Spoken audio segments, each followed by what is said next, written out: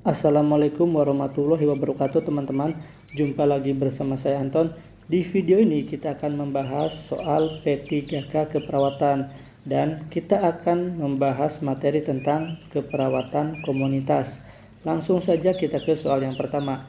Saat evaluasi program DOTS didapatkan data cakupan pengobatan klien 100%, kegagalan pengobatan 30%. Saat wawancara, sebagian besar keluarga berkata, kami sudah tidak batuk lagi sehingga obat tidak kami minum.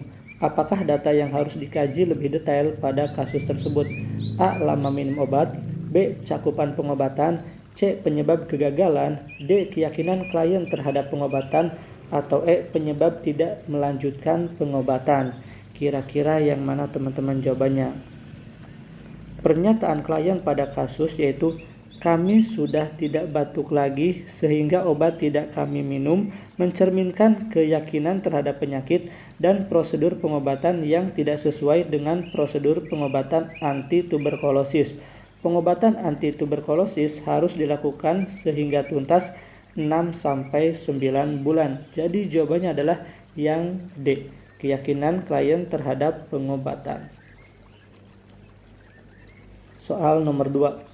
Perawat melakukan pengkajian di suatu RW dengan membuat peta lingkungan dan menggambar lokasi tempat berkumpulnya warga, fasilitas ibadah, tempat bermain anak, sekolah, serta lingkungan yang berisiko menimbulkan masalah kesehatan di masyarakat.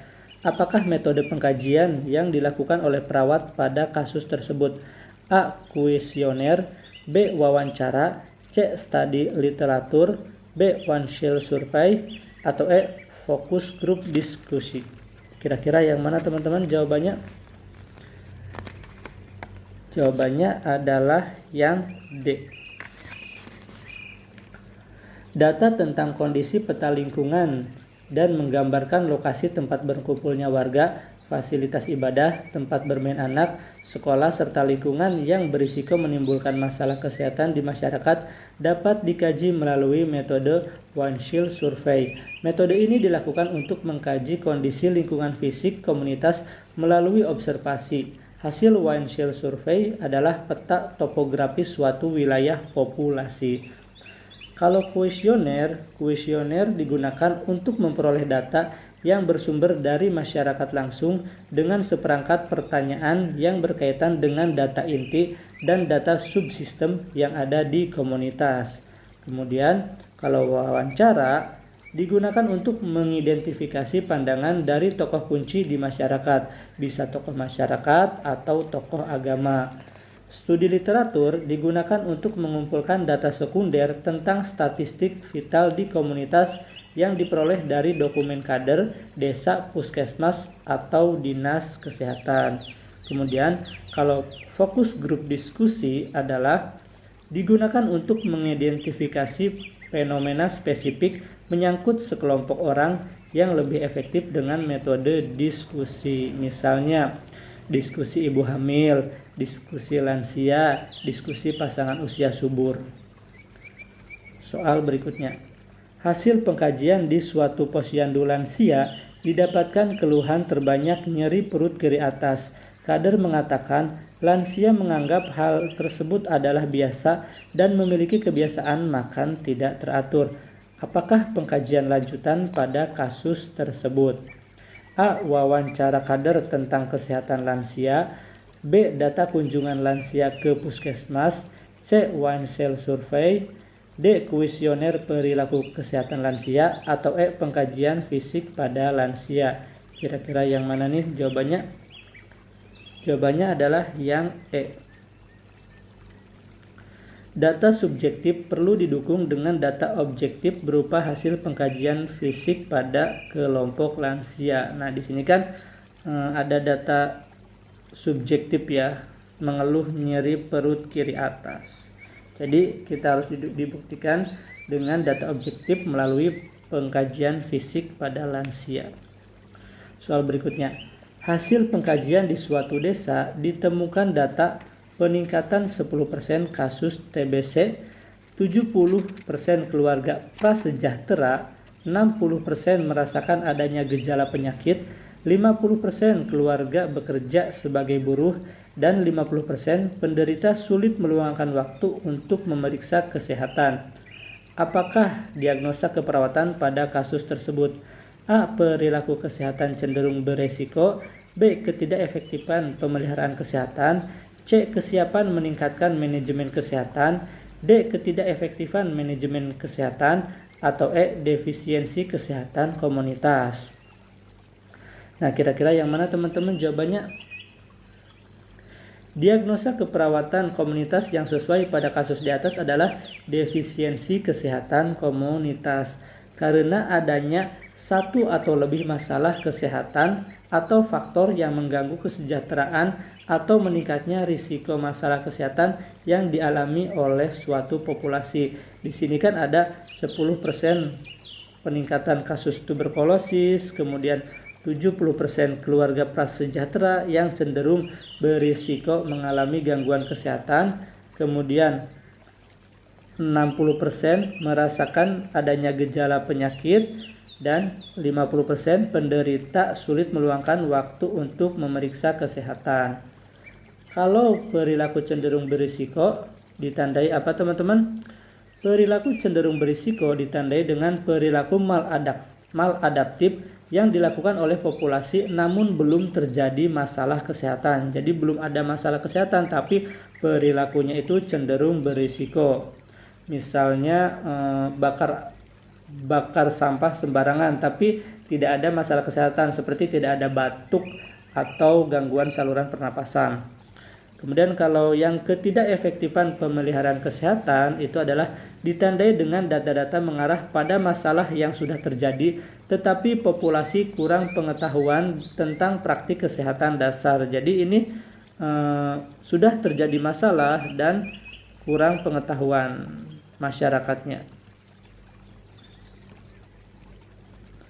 Kemudian yang C, kesiapan meningkatkan manajemen kesehatan selalu ditandai dengan data yang adaptif dan cenderung mempunyai motivasi untuk melakukan perubahan perilaku. Misalnya 99% anak-anak di sekolah tersebut cuci tangan dengan 5 moment dan 6 langkah. Berarti itu kan datanya itu adaptif. Kemudian kalau ketidakefektifan manajemen kesehatan ditandai dengan populasi telah mengetahui program terapi, tetapi terapi yang harus dilakukan, akan tetapi klien tidak menjalankan program terapi sesuai pengetahuan yang dimiliki. Jadi ini sudah tahu teman-teman, penyelesaian masalahnya sudah tahu, tapi tidak dijalankan. Yang ketidakefektifan manajemen kesehatan. Sepertinya soal 5, 6, 7, 8 itu contoh-contoh dari diagnosa yang 4 ini ya. Selain defisiensi kesehatan komunitas, karena sudah ada nomor 4. Pengkajian perawat di suatu sekolah didapatkan hanya 5% anak memiliki kebiasaan mencuci tangan sebelum makan. Hasil observasi ditemukan anak-anak memiliki perilaku jajan sembarangan di pinggir jalan. Di sekolah sudah memiliki kantin sekolah, tetapi anak lebih suka jajan di luar. Apakah diagnosis keperawatan pada kasus tersebut? Pilihan jawabannya seperti yang tadi, jadi saya tidak bacakan lagi. Jadi di sini datanya hanya 5% anak memiliki kebiasaan mencuci tangan sebelum makan ya. Dan hasil observasinya anak-anak memiliki perilaku jajan sembarangan di pinggir jalan. Menunjukkan ini masalah perilaku kesehatan cenderung berisiko, tapi belum terjadi masalah, belum terjadi seperti ada muntaber atau diare gitu kan. Maka ini jawabannya adalah yang A, perilaku kesehatan cenderung berisiko. Soal nomor 6. Hasil pengkajian pada suatu kelompok pasien TB paru didapatkan data 15% klien mengatakan tidak melanjutkan program pengobatan. 40% pasien mengatakan merasa tidak nyaman dengan efek samping obat. Dan 20% keluarga tidak terlibat dalam pengawasan minum obat. Apakah diagnosis keperawatan pada kasus tersebut? Nah, ini jawabannya sama, pilihan jawabannya. Kira-kira yang mana teman-teman jawabannya? Jadi, data 15 klien mengatakan tidak melanjutkan program pengobatan. 40% pasien mengatakan merasa tidak nyaman dengan efek samping obat. dan 20% keluarga tidak terlibat dalam pengawasan minum obat. Yang terdapat pada kasus menunjukkan ketidakefektifan manajemen kesehatan dengan batasan karakteristik kesulitan komunitas dalam menjalankan program terapi, kegagalan dalam mengurangi faktor risiko dan faktor yang berhubungan dengan program terapeutik. Jadi jawabannya adalah yang D. Ketidakefektifan manajemen kesehatan. Jadi sebenarnya sudah tahu ya teman-teman si pasien tersebut tentang program-programnya, tapi tidak dilaksanakan. Soal berikutnya, pengkajian pada lansia di sebuah desa menunjukkan sebanyak 90% lansia memiliki tekanan darah normal. Setelah dilakukan pengkajian terkait pola makan, data menunjukkan bahwa makanan lansia sudah memenuhi standar untuk makanan hipertensi. Kader mengatakan 80% lansia tersebut rutin mengontrol tekanan darahnya di puskesmas atau posyandu lansia. Apakah diagnosis keperawatan pada kasus tersebut? Nah, ini data-data yang kita dapatkan itu adalah perilaku adaptif ya, teman-teman. Di sini ada 90% lansia memiliki tekanan darah normal. Kemudian memenuhi standar makanan untuk hipertensi ya. Dan ini 80% rutin mengontrol tekanan darahnya di puskesmas. Oke, jadi jawabannya adalah kesiapan meningkatkan manajemen kesehatan. Jadi tanda-tandanya itu positif ya. Lanjut ke soal berikutnya. Hasil One Shell Survey di sebuah desa terpencil didapatkan data 65% penduduknya membuang sampah rumah tangga di sungai. 40% warga mengatakan penanggulangan sampah yang tepat adalah dengan dibakar. Data di puskesmas terdapat 5% warga mengeluh batuk pilek setiap bulan. Apakah strategi intervensi pada kasus tersebut? A. Pemberdayaan masyarakat. B. Pendidikan kesehatan. C. Intervensi profesional. D. Proses kelompok. Atau E. Kemitraan. Di sini kan ada 40% mengatakan penanggulangan sampah yang tepat itu dengan dibakar. Berarti mereka tidak tahu penanggulangan sampah yang benar. Maka jawabannya adalah yang B. Diberikan pendidikan kesehatan. Soal berikutnya. Perawat mengadakan musyawarah masyarakat desa untuk menyusun rencana intervensi masalah tingginya kejadian demam berdarah. Berdasarkan hasil analisa data diketahui permasalahan tersebut dipicu sulitnya warga mengakses pelayanan kesehatan masyarakat. Apakah strategi intervensi pada kasus tersebut? A. Pemberdayaan masyarakat. B. Pendidikan kesehatan. C. Intervensi profesional. D. Proses kelompok. Atau E. Kemitraan. Kira-kira yang mana teman-teman jawabannya? Jawabannya adalah yang E. Kemitraan. Jadi ada data sulitnya warga mengakses pelayanan kesehatan masyarakat menunjukkan adanya masalah kesehatan yang berhubungan dengan tidak adanya dukungan pelayanan kesehatan berbasis masyarakat. Hal tersebut menyebabkan masyarakat sulit mengakses pelayanan kesehatan ketika terkena DBD sehingga intervensinya dalam bentuk kemitraan. Soal terakhir. Perawat sedang mempersiapkan penyuluhan tentang bahaya HIV/AIDS. Saat diskusi dengan tim, ditemukan gambar atau foto seorang penderita yang terlihat jelas dengan wajahnya. Kemudian salah satu anggota tim mengusulkan agar foto tersebut disamarkan. Apakah prinsip etik yang diterapkan pada kasus tersebut? A. Veracity. Veracity itu jujur. B. Otonomi. Otonomi itu menghargai hak pasien. Beneficent, berbuat baik.